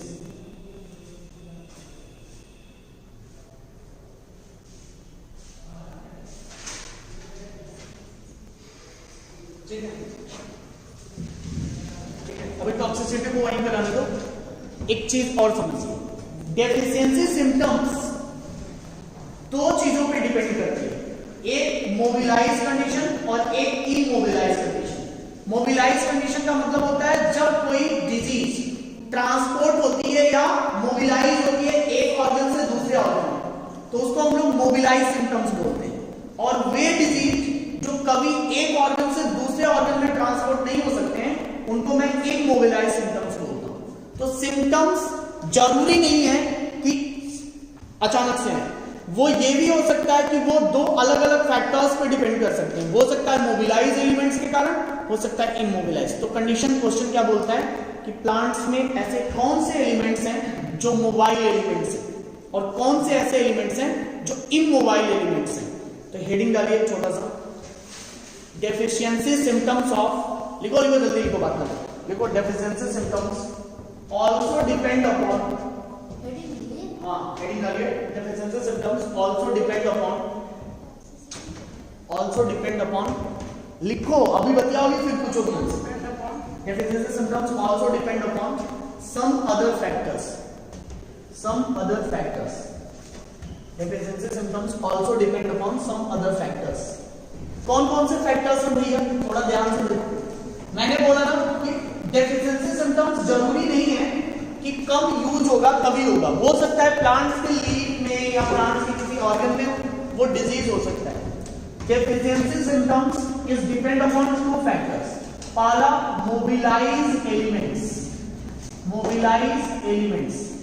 इसके कारण, और दूसरा बेटा इमोबिलाइज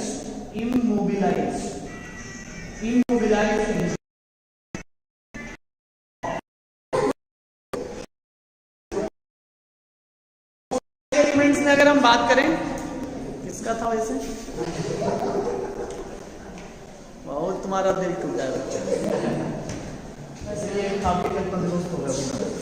चलो मोबिलाइज एलिमेंट्स में सुनो, मोबिलाइज एलिमेंट्स में हम क्या बात कर रहे हैं। अगर मान लीजिए, इधर देखो बेटा, इधर देखो ध्यान से, ये मान लो एक प्लांट है, ये प्लांट की लीफ है, बुढ़वा लीफ, और ये मान लो एकदम बाबू है ना, दो लीफ है। ये अभी कल आया है और ये बहुत पुराने है ना, तो ये दादा है, इसको मैं ओल्ड लीफ बोलता हूँ, इसको मैं क्या बोलता हूँ, ओल्ड। और ये एकदम अभी गाल वाले इसका झूठा है, अभी फोड़ देंगे तुम्हारा मोबाइल, गधा कहीं जो बार बार बज रहा है।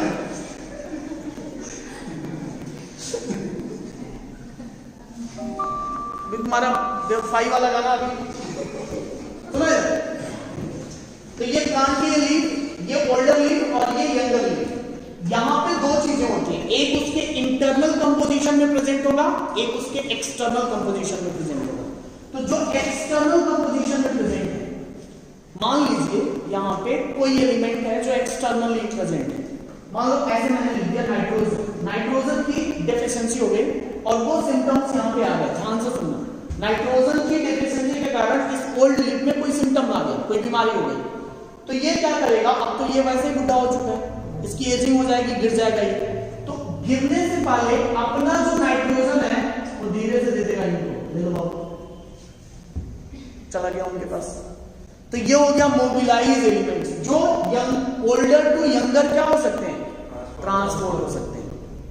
लेकिन मैं अगर बोलूं मान लो इस लीफ में कैल्शियम आयन है, तो कैल्शियम आयन तो इंटरनल स्ट्रक्चर फॉर्म कर रहा है, बोलो मानो, तो कैल्शियम आयन अगर इंटरनल स्ट्रक्चर फॉर्म कर रहा है तो ये ट्रांसपोर्ट नहीं कर पाएगा, इसको ट्रांसपोर्ट नहीं कर पाएगा, तो ट्रांसपोर्ट नहीं कर पाएगा तो जब ये टूटेंगे, ये लीफ जमीन में आएंगे, डिकम्पोजर्स इनको खाएंगे, फिर कैल्शियम रिलीज होगा और ये कैल्शियम फिर क्या होगा बेटा, जाएगा तो हो सकता है इस प्लांट्स में चला जाए।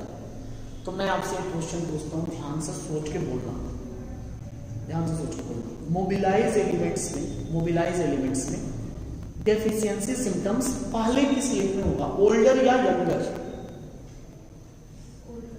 मोबिलाइज एलिमेंट्स के कारण डेफिशिएंसी सिम्टम्स पहले ओल्डर लीफ में होगा कि यंगर लीफ में होगा? हाँ, पहले इसको हुआ था तभी तो इसको दिया है, तो पहले ओल्डर में हो रहा है ना, बोल भी रहा हूं यहाँ डेफिशिएंसी सिम्टम। जब बीमारी नहीं रहेगी तो ट्रांसपोर्ट करेगा तो बीमारी आ जाएगी उसमें, तो यहाँ पे पहले ओल्डर में आएगा फिर यंगर में आएगा। लेकिन अगर मैं बोलूं इमोबिलाइज, उसमें किस में आएगा पहले, यंगर लीफ या ओल्डर लीफ? यहां से सीधे ट्रांसपोर्ट हो रहा है ना, तो ये तो नीचे गिर गए, इनका तो कोई काम है नहीं, तो ये मिल गए किसमें, सॉइल के अंदर। अब यहाँ पे जो पहली बार लीफ आएगा उसमें आएगा, तो यंगर लीफ में यहाँ पे पहले अपीयर होगा। बात समझ में? बोलो हाँ, क्लियर बोलो। तो लिखो मोबिलाइज एलिमेंट्स में, लिखिए मोबिलाइज एलिमेंट्स, लिखिए मोबिलाइज एलिमेंट्स ट्रांसपोर्ट और exported from older leaves to younger leaves,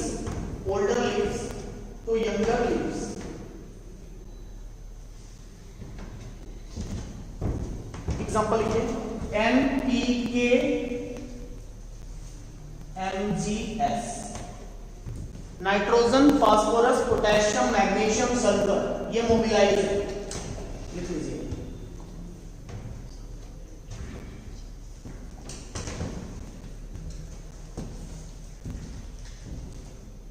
ये क्लियर है?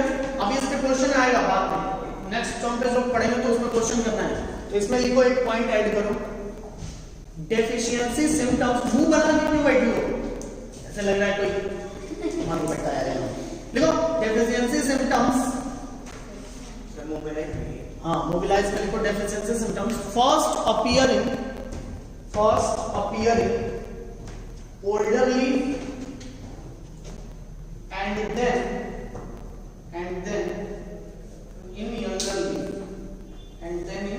यंगर लीफ, इमोबिलाइज में लिख लो, फिर क्लास खत्म। लिख लो, इसमें बस 2 लाइन लिखना है, लिखो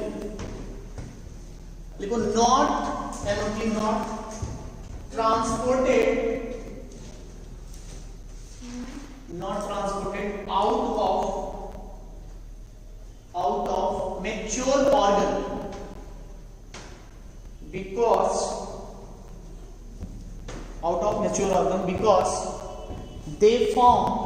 because they form structural